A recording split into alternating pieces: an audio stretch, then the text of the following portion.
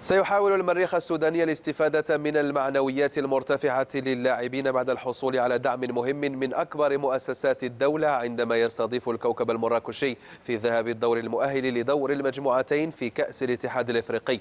مراسلنا سامر العمرابي تابع تحضيرات الفريقين ووافانا بالتقرير التالي من الخرطوم.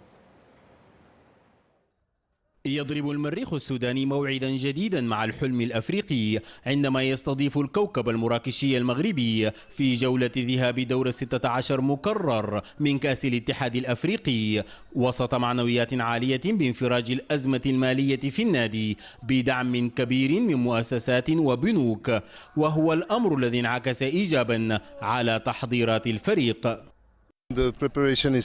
تحضيراتنا جيدة وأنا سعيد بعودة كل المصابين. سأفتقد بعض اللاعبين فقط، لكن البديل جاهز. بالتأكيد نطمح إلى الفوز وإسعاد أنصارنا.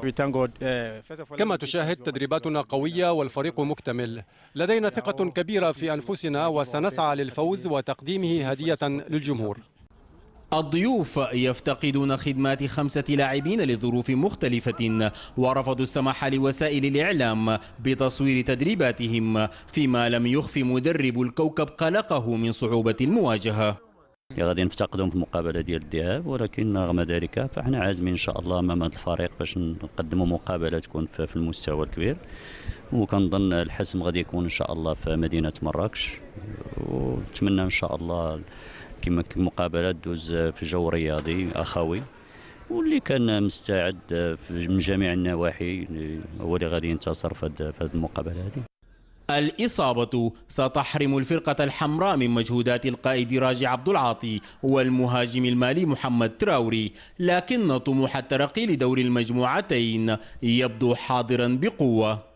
أنصار المريخ يتطلعون إلى عدم تكرار سيناريو مباراة وفاق سطيف، وذلك بضرورة الخروج من القلعة الحمراء بفوز عريض ونظيف قبل جولة الإياب في مراكش. سامر العمرابي، بين سبورتس، الخرطوم.